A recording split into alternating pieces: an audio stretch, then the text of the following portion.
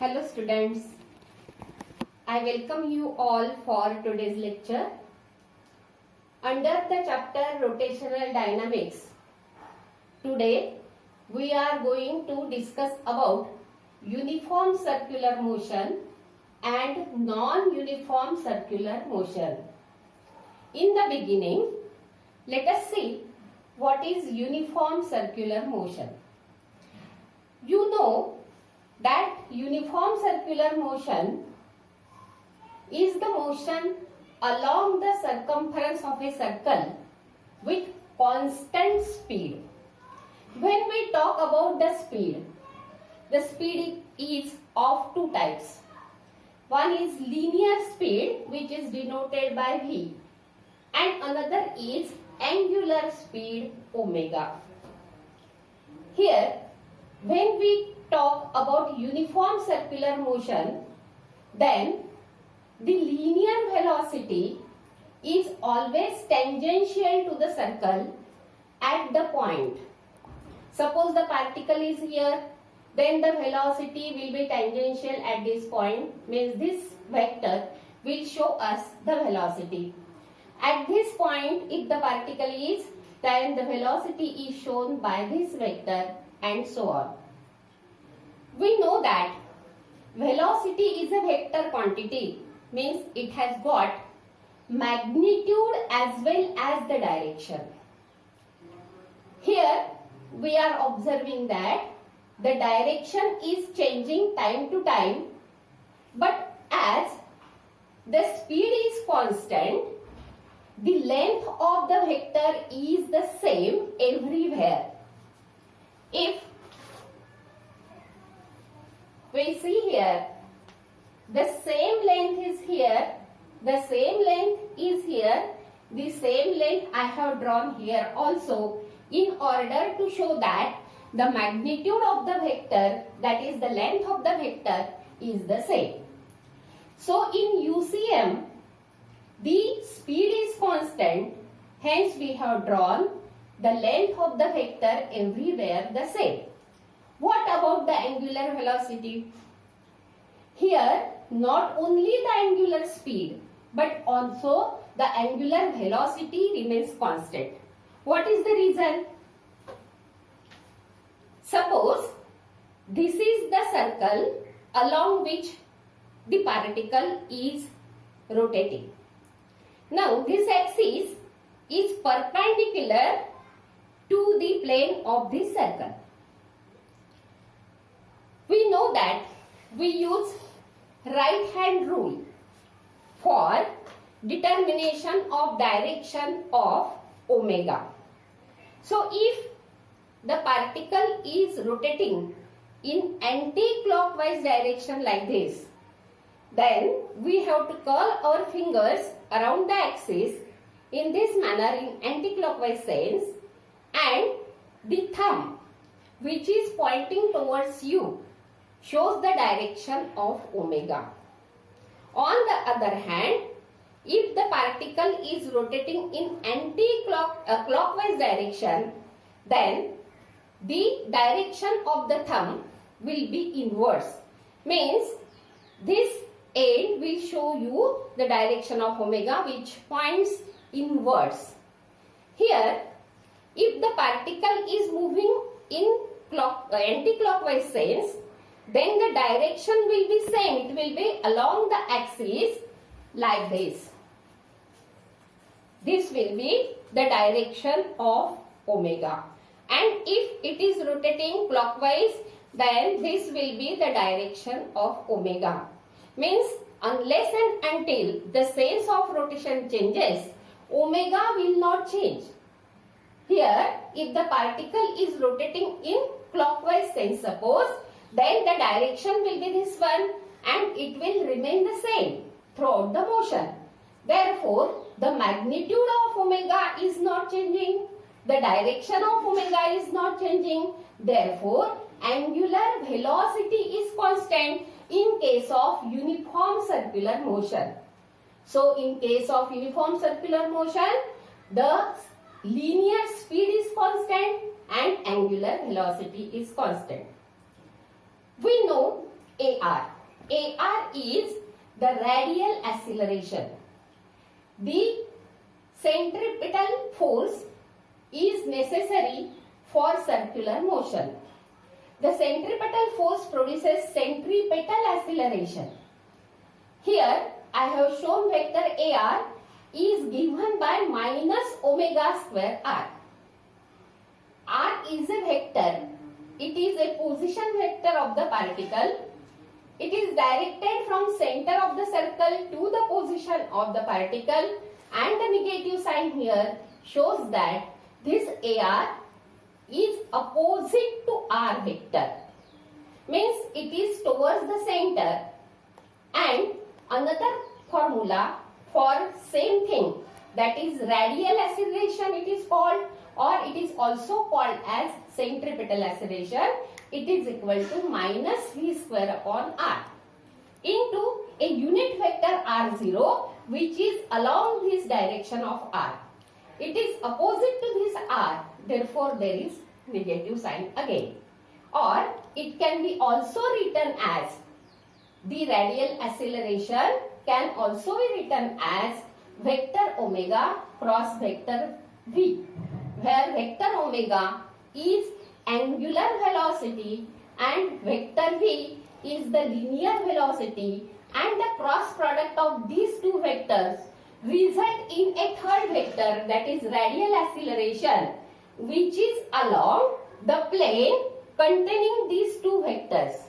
Means this acceleration will be along a direction which is perpendicular to the plane containing these two vectors, that is omega vector and v vector. That is, it will be along the radius and towards the center of the circle. Now here, as we have just now seen, that omega, that is angular velocity, not only speed but angular velocity does not change, and we know that alpha is the angular acceleration which is defined as d omega upon dt. We may write it in vector form like this: alpha vector is equal to d omega upon dt. Now, the angular velocity omega remains constant. As it does not change, omega does not change, d omega by dt will be equal to 0. This means that alpha is equal to 0 in uniform circular motion. Another acceleration in case of circular motion is the tangential acceleration. The tangential acceleration is given by r into alpha. In case of uniform circular motion, alpha is equal to 0. Just now we have seen that alpha is equal to 0. As alpha is equal to 0, put the value here. We shall get AT is equal to 0. What is this AC? AT. AT is the tangential acceleration. Means it acts along the tangent to the circle at that point. It will be clear later on in case of non-uniform circular motion. Let us see what is AT. When suppose the force is applied tangential to the point, here suppose, then the direction of velocity, linear velocity, is along the tangent, and also we are going to apply the force in the same direction. Therefore, what will happen? Its speed will increase.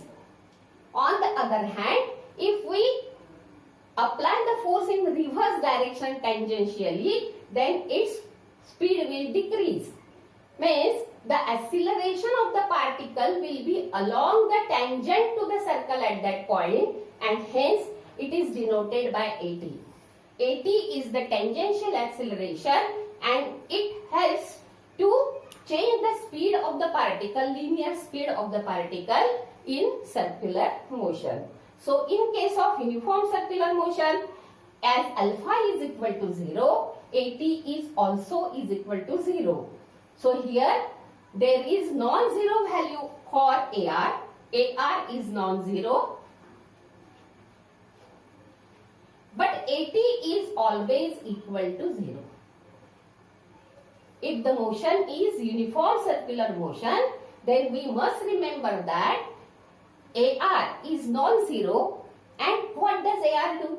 AR is it maintains the direction of the speed. The direction of velocity changes due to this AR. So here the radial acceleration is responsible for changing the direction of velocity in case of circular motion. And AT, it changes the magnitude of the velocity. Now if AR is equal to 0, means there is no change in the direction. Case 1, let us discuss. If AR is equal to 0, means there is no change in the direction of velocity, and AT is equal to 0, means there is no change in the magnitude. Then the particle performs linear motion and there is no acceleration without acceleration. Without acceleration means the particle performs uniform motion along the straight line. If now AR is equal to 0, this means that the particle is moving along straight line and AT is not equal to 0. Then there will be again linear motion in the particle. This is case 2. If AR is equal to 0 and AT is not equal to 0, means there is some acceleration produced in the body, then this will be linear motion with acceleration. With acceleration. Now if AR is equal to non-zero value and AT is equal to 0, this is the case, then it is UCM. This is case 3. Then that is uniform circular motion. Now again let us see, when there is uniform circular motion, then the radial acceleration AR, or it is also known as centripetal acceleration AC, it is non-zero.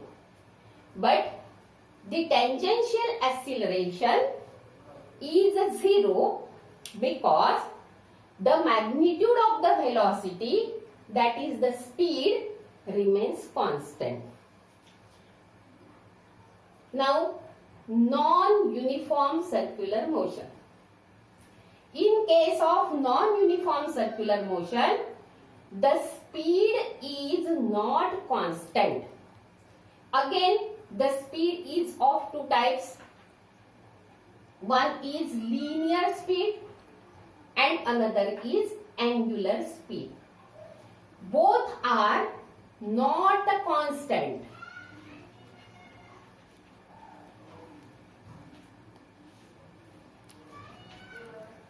Means there is linear acceleration as well as angular acceleration in case of non-uniform circular motion. Hence, let us consider the example of ceiling fan. When we switch on the ceiling fan, it takes some time to become the speed constant. Initially, the speed is small, then it goes on increasing like this.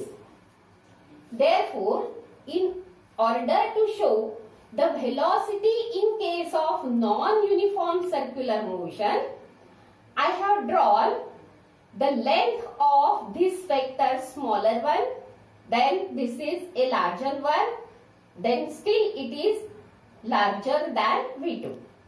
Here V1 is the magnitude, V2 is greater than V1, hence I have drawn a larger vector.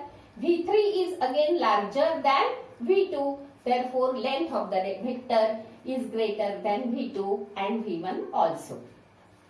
Hence, when we switch on the fan, then this is the condition.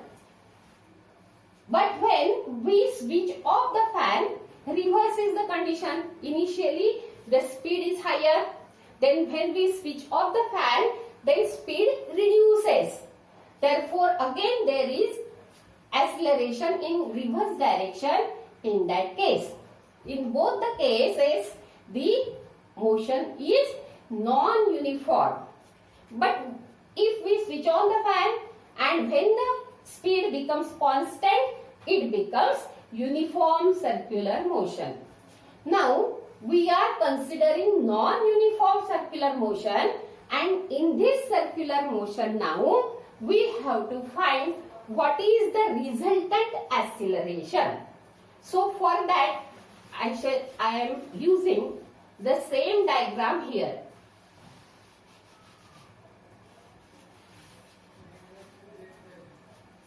Let us consider that the particle P is at this point. When the particle P is here, then two types of accelerations are acting at this point because it is non-uniform circular motion. AR is non-zero and AT is also non-zero. At this point, if I have to draw the vector AR and AT, then this is AR vector and this is AT vector. This is vector AR, that is radial acceleration, and this is vector AT, that is tangential acceleration, which is acting tangential to the circle at this point P, where the particle is. In order to find out resultant of these two accelerations, I will have to use the parallelogram law of vector addition. Hence, I am now completing this parallelogram.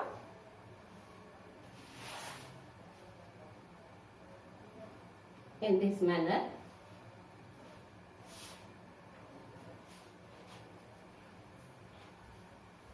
This is one vector, this is another vector, and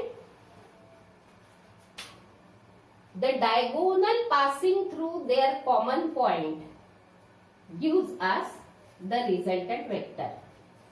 So, resultant acceleration A is shown by the diagonal of the parallelogram.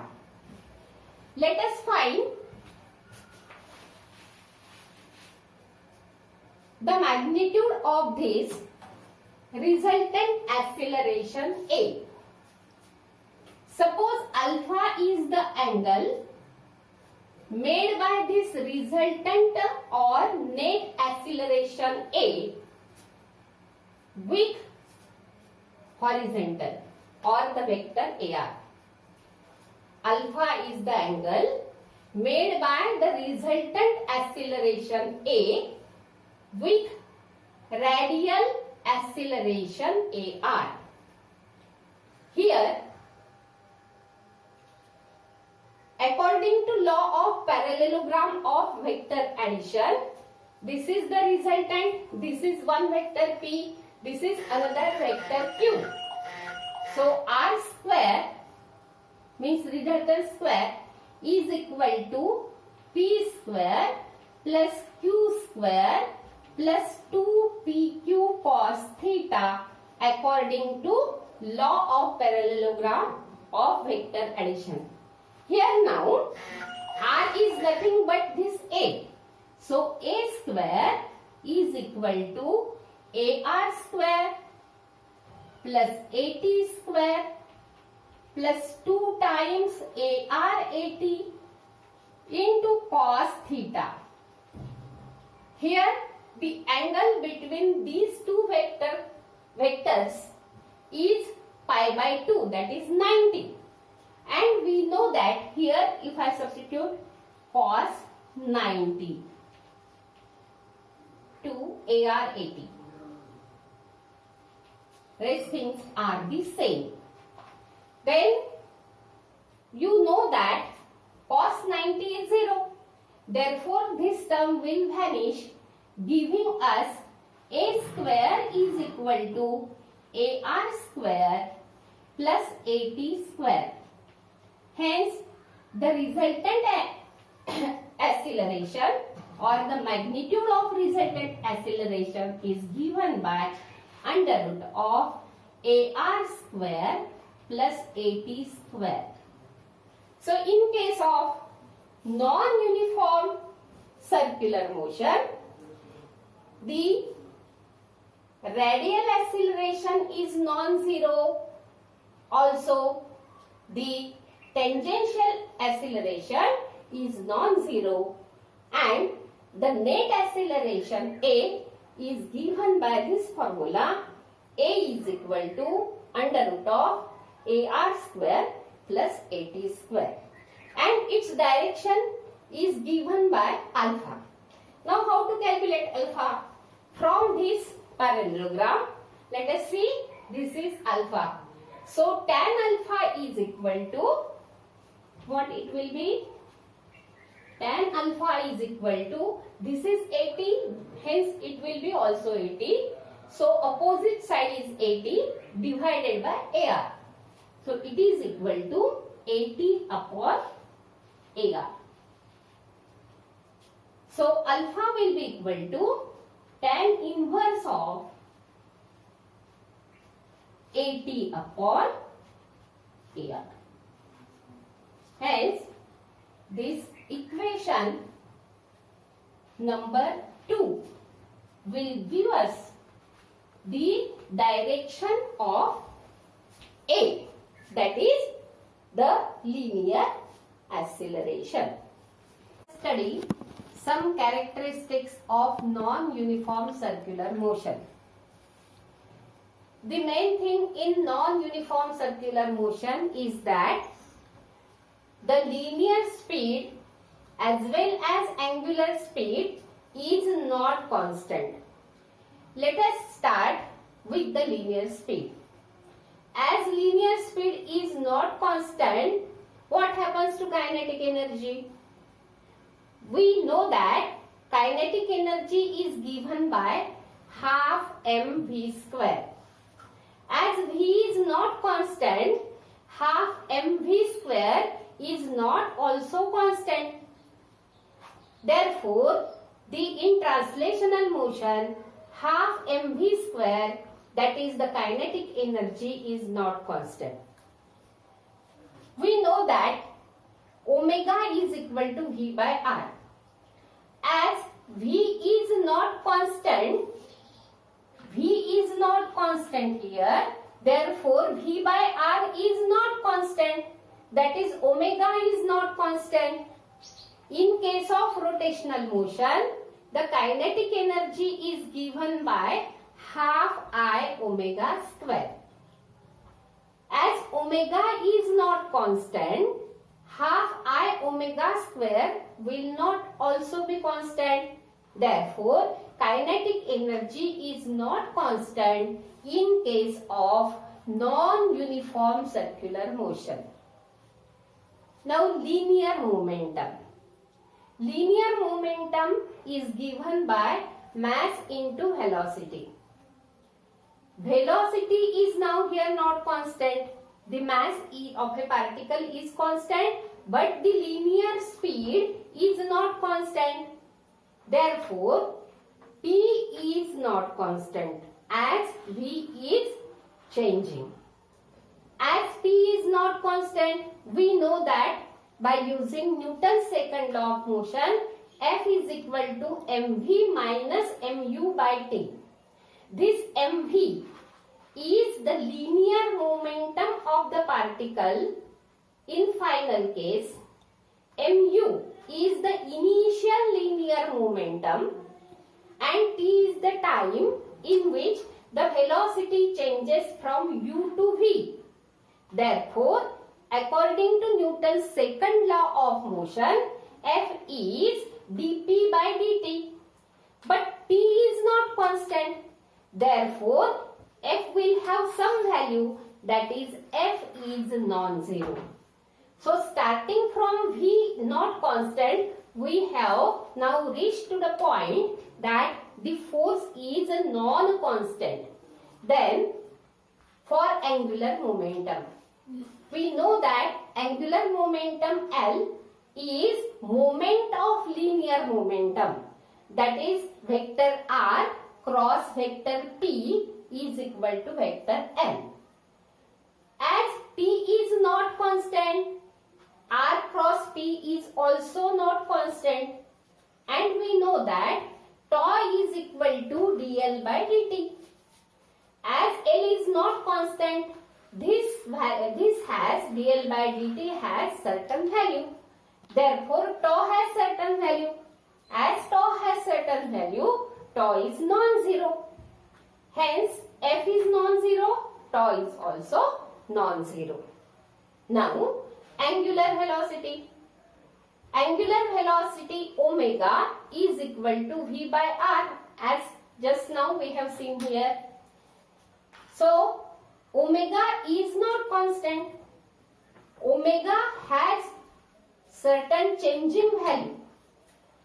Alpha is equal to d omega by dt.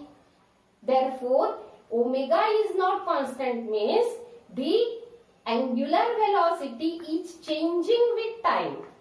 Therefore, alpha has some value. Hence, alpha is non-zero.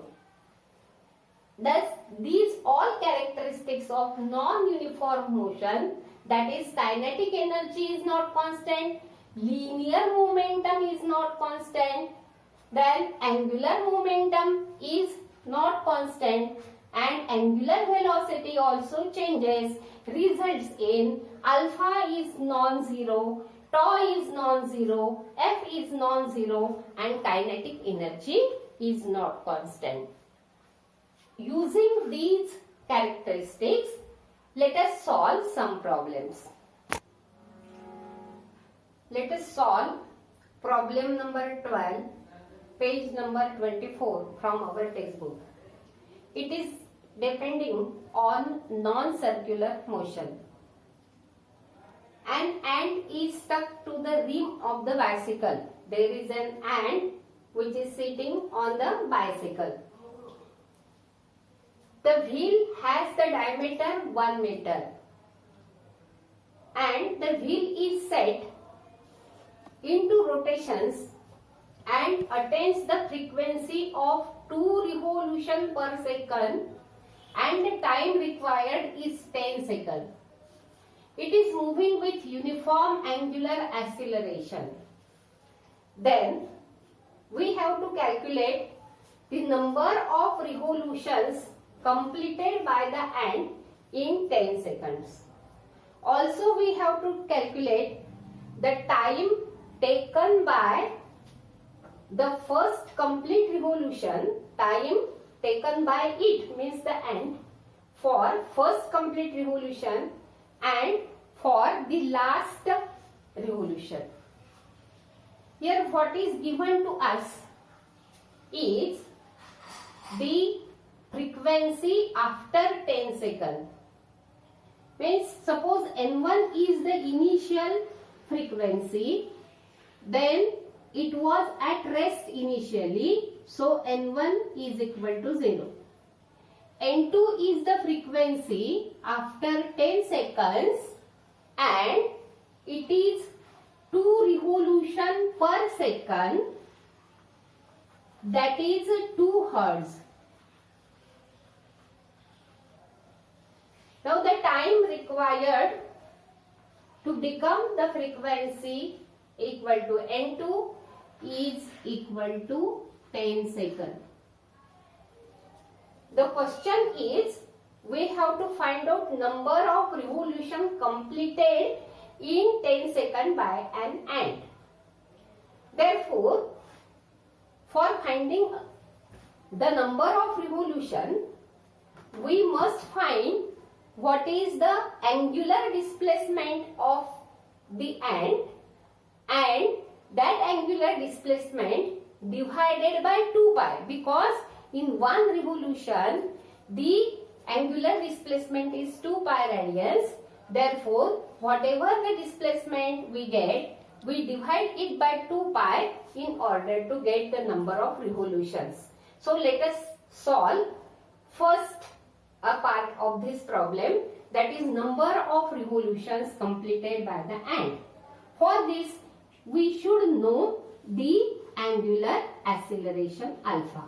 As we know, the angular acceleration alpha is equal to omega 2 minus omega 1 upon t. But omega is equal to 2 pi n. So it is 2 pi n2 minus 2 pi n1 upon t. Now n1 is equal to 0. Therefore, it becomes 2 pi n2 by t. Now, it is equal to 2 pi into n2 means 2 divided by t means 10. So, it will be equal to 4 pi divided by 10, that is 0.4 pi. As it is alpha, it is radian per second square. So, the unit of alpha is radian per second square. Once we have obtained alpha, now we have to obtain the angular displacement first and then the number of revolutions. We know that in case of translational motion, the displacement is given by S is equal to ut plus half at square.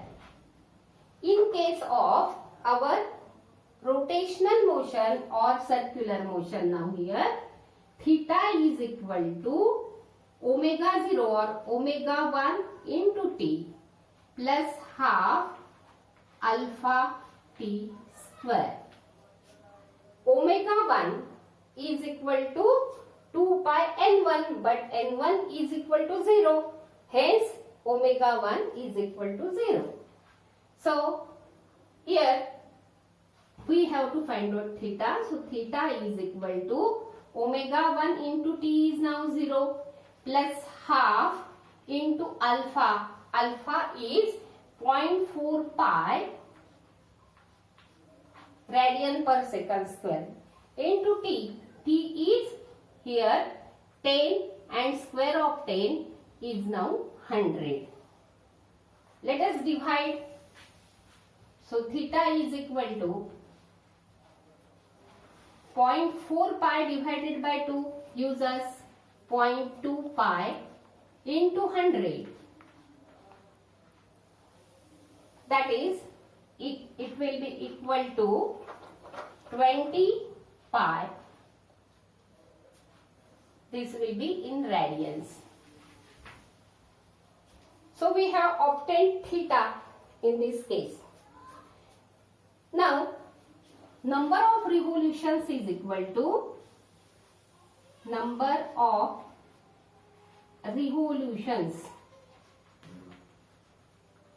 is equal to theta upon 2 pi, because in one revolution, the angular displacement is 2 pi radians. Therefore, I will divide theta, that is 20 pi by 2 pi. Pi cancels with this, so we get 10 revolutions. So, in 10 seconds, the ant performs 10 revolutions. This is my first answer. Now we have to find out what is the time taken by the ant for first complete revolution. For first complete revolution, we know that theta is equal to 2 pi.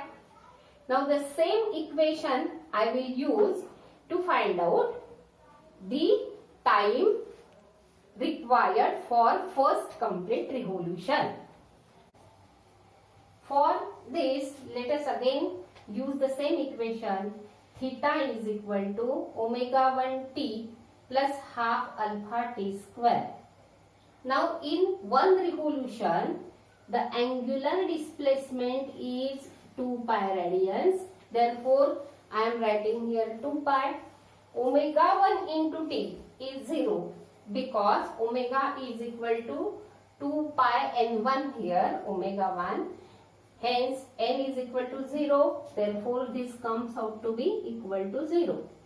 Plus half into alpha we have calculated as 0.4 pi radian per second square into t square. Now, I shall divide by these two and it makes 0.2 pi t square. So, I will get 2 pi is equal to 0.2 pi into t square. Hence, pi cancels here. T square is equal to 2 divided by 0.2. 2 divided by 0.2 is equal to 20 by 2, that is equal to 10. Hence, t is equal to under root 10 seconds. So, time required for first complete revolution is under root 10 seconds. Now, the last part of our problem is the time taken by it for last complete revolution. For this part, if we calculate the time taken by it for 9 revolutions, and we know that for 10 revolutions the time taken is 10 seconds, then we can calculate the time for the last complete revolution. In all, there are 10 revolutions, and for the last complete revolution, the time required is asked. Therefore, we shall subtract the time required for first 9 revolution from this time, that is 10 seconds. So, for that, again we have to use the equation.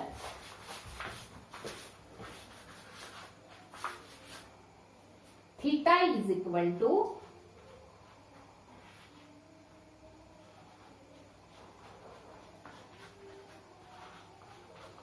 omega 1 t plus half alpha t square. Again this comes out to be 0. Hence theta in 9 revolutions will be equal to 9 into 2 pi is equal to half into alpha is 0.4 pi into t square. Now this pi cancels with this one, remaining is these 2 makes here 0.2 Therefore, 9 into 2 is equal to 0.2 into t square. That is, t square is equal to 90 into 2 divided by 2. This 0.2 here makes 10 divided by 2. So this is 2 divided by 10. When it goes in numerator, it makes 90. 90 into 2 divided by 2. So this 2 cancels with this 2, giving us t square is equal to 90. So t is equal to now under root of 90. And under root of 90 comes out to be 9.487. This is the total time required for complete 9 revolutions. Therefore, the time required for last revolution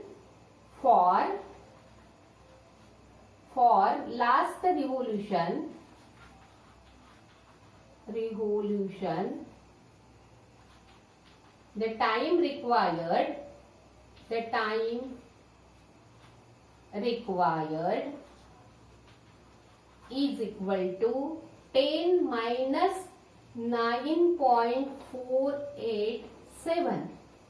So that comes out to be 0 minus 7 means 3, carried 1, 9 means 1, carried 1 here. So it makes 5. So 0 minus 5 is 5, and here 9 plus 1 10. So 0.513 second is the time required for the last revolution. So our first answer is in 10 seconds the ant performs 10 revolutions. Then the time required by the ant to complete first revolution is under root 10 seconds, and the time for last complete revolution is 0.513 seconds. So we have solved this problem here. Thank you.